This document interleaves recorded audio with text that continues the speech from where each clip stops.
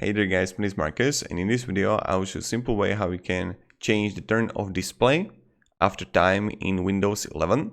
Now, if this video will be helpful, I'll be really happy if you will write down below in the comments that it helped you, so when other people will come here, they will know that it's like, alright. So what you want to do is pretty straightforward and pretty simple. You want to write to search when you would scroll down below to the bottom of the control panel.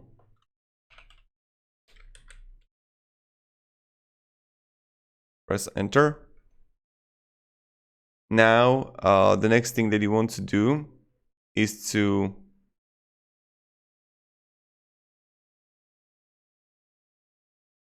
find one thing. Let me show you. We can go like large icons here, and on the right side it's going to be power options.